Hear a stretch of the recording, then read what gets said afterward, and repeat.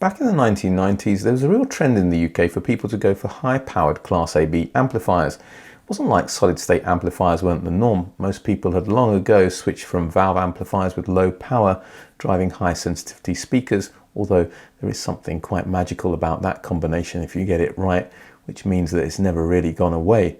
But in the 90s, big, powerful, muscular amplifiers were in vogue, and it's something that's never really been recaptured since. I'm sure it had something to do with home cinema systems being in their heyday. Many enthusiasts had switched to powerhouse amplifiers, doubling up for two-channel listening and audiovisual duties. Amps like the Krell KAV300i were way beyond anything I could afford back then, but I used to marvel at the build quality and the ability to drive practically any speaker on the market to near deafening levels. Well, the home cinema craze came and went, and those beefy amplifiers for the greater part went with it. Certainly as far as the UK market was concerned, most people reverted to smaller systems. Today I'm looking at an amplifier that wouldn't be out of place in one of those old school home cinema setups. But the Atoll IN300 isn't all about power without finesse. Far from it.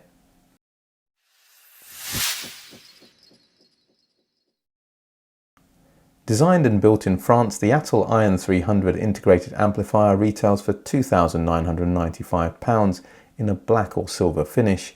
It comes with a DAC based on the AKM AK4490 chip, but a moving magnet and moving core phonostage can be specified for an extra £100. That seems ridiculously good value. Externally, the Atoll IN300 is pretty unassuming, not being a particularly large full rack width unit, but just wait until I show you the internals. It measures 440 by 330 by 100 millimeters and weighs 15 kilograms. That's 17.3 by 13.0 by 3.9 inches and 33 pounds. The knob that takes the unit out of standby will allow you to cycle through multiple analog and digital inputs. I'm a fan of the simple, elegant fascia. The symmetry is only interrupted by a ridge that sweeps up to the left corner above a 6.25mm 1/4-inch headphone jack. A nice touch. The other dial allows for volume adjustment. Press it and you have the ability to make left-right balance adjustments. A remote control is offered as standard, but mine must be still in the hands of a previous occupant, as there was nothing in the box.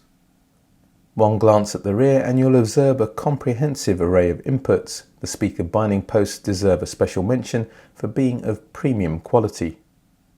Along with 4 analog RCA inputs is a tape loop to connect to recording devices, a bypass input that connects directly to the power amp section, and 2 sets of pre-outs to use with subwoofers or external power amps. There's also an XLR balanced input. You're not shortchanged with digital inputs either. There are 2 coaxial, 2 optical Toslink and 1 USB.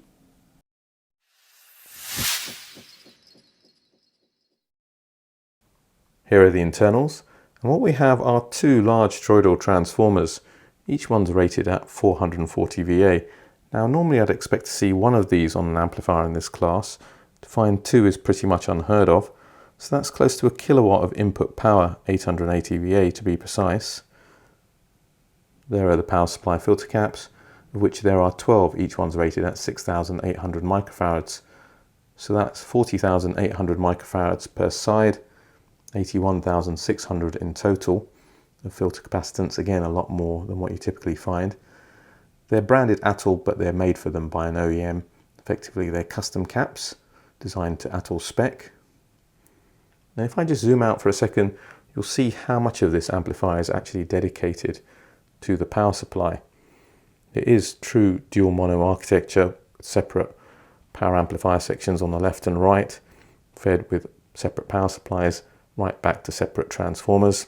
So effectively you've got 2 monoblocks in one chassis, and that gives you better channel separation, an architecture that you don't normally find on amplifiers at around £3,000. So let's have a look at one of those power amplifier sections. And what you see are lots of through-hole components, which is what you want to see really, because they are better from a servicing point of view. It's easier to replace them than those tiny surface mount components. And also they handle heat better. There's some shielding here, so something's encased underneath here. Now there's mention on the website that they use Mundorf capacitors between the analog stages, so it could be that they put those capacitors under there, but it's unusual to shield capacitors in that way, so it could be something else.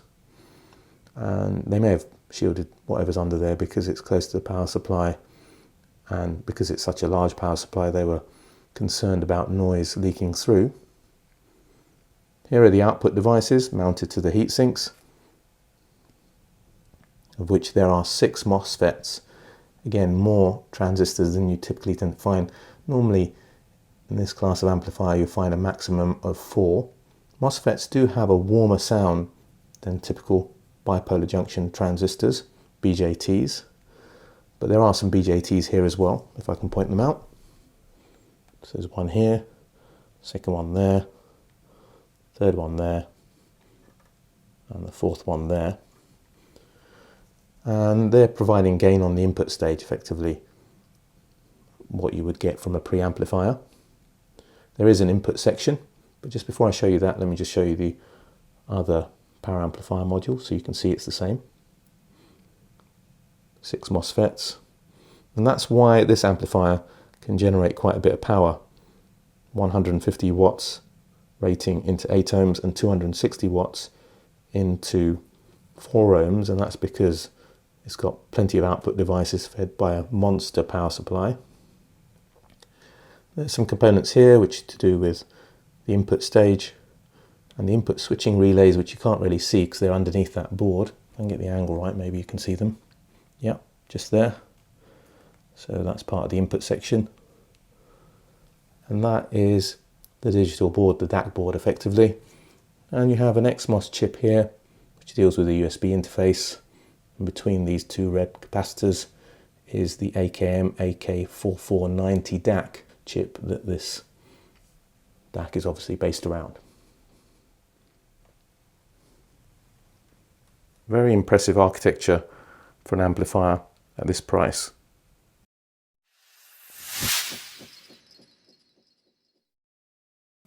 The Atoll IN300 is one of the finest sounding amplifiers I've heard for less than £3,000. It has great scale and dynamics, very good levels of detail, sounds pretty natural but with some added warmth. I have to try and curb some of my enthusiasm here.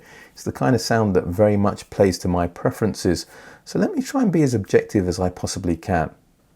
I can see why someone would choose the Yamaha AS1200 over the Atoll IN300. The superior build quality and VU meters satisfy my aesthetic cravings too, and the Yami is a very detailed sounding amplifier.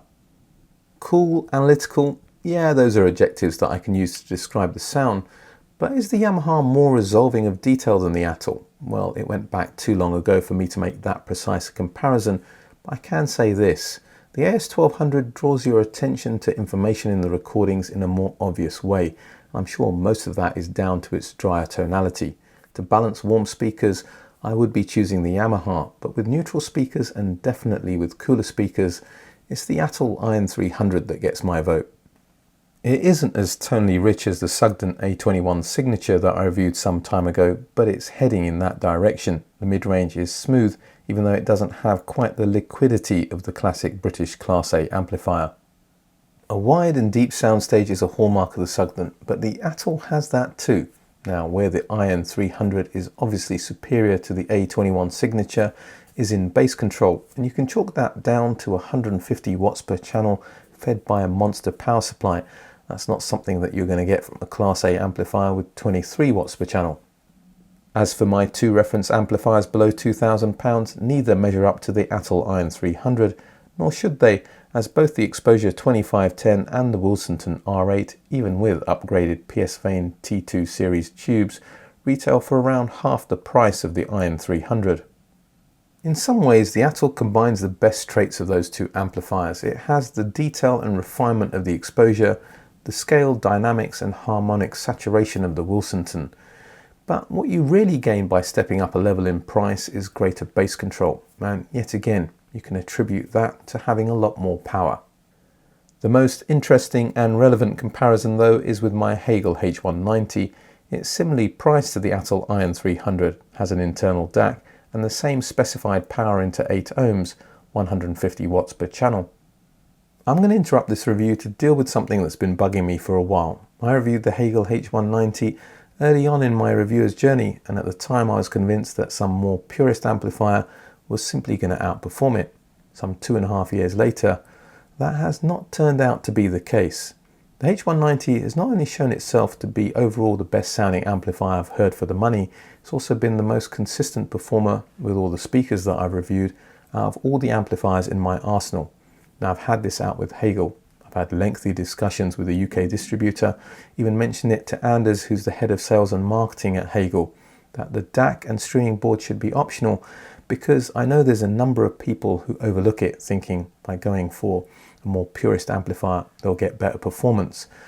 And there's various reasons why Hegel don't do that, which I won't get into now. It's a discussion for another time. But I do need to correct something. I want to give the Hegel officially my top outstanding award. It certainly deserves that. Back to the review. And the Atoll IN300 doesn't extract quite as much information from the recordings as my Norwegian reference amplifier. The bass is a little softer, as are mid-range transients, and the top end is a touch more rolled off. But the IN300 has greater bass weight and a richer mid-range. It gives it a bolder, fuller presentation that some will most definitely prefer to the Hegel's greater resolution and precision, especially those who think the H190 plays things a little bit too safe.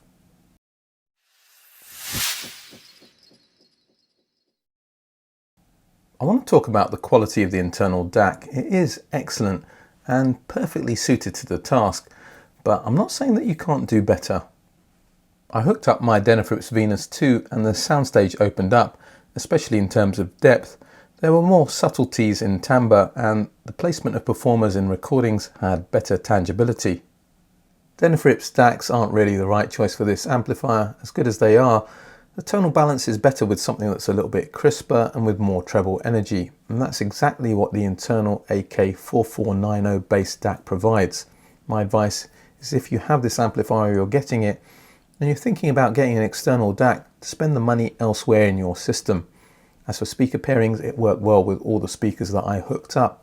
My only advice would be to avoid speakers that are overly warm, but other than that, I can't see you running into a problem. Most of my listening was done with my truth tellers. Where many other amplifiers have struggled, the Atoll had no trouble driving my 1SCs. The products gave me a great insight into the character of this amplifier. If I was looking for a distinctly smooth and lush sound, the IN300 would be a very suitable partner for them. I thoroughly enjoyed what this French amplifier did for the speakers from Finland that are my reference below £1,500. The Atoll IN300 really woke up the Amphion Argon 1s. I've said this before, but driven properly they are remarkably clean and dynamic little speakers, and I can't help but speculate that the IN300 would do really well driving some of the larger speakers in the Amphion range. In any case, the richness of this amplifier suited the slight dryness of the Argon 1s beautifully. Switching to my favourite horn speakers for what I still consider to be real world money didn't disappoint either. The JBL 4309s retail for £1,899 in the UK. I've been asked why I've hung on to those JBLs. There's something about the sound that I really like. They're never shouty or aggressive like some horn speakers can get, and they give you the sense of being there with some recordings. That's the magic of a horn speaker if done right. The Atoll did great with them, although you might prefer something with a little bit more emphasis in the upper mid-range, that presence region, just to bring out that live characteristic. Finally, I hooked up the PMC Prodigy 5's true transmission line floor standing speakers that retail for less than £2,000. I'm not going to give the game away here, but you might want to hang on to your hats for that review.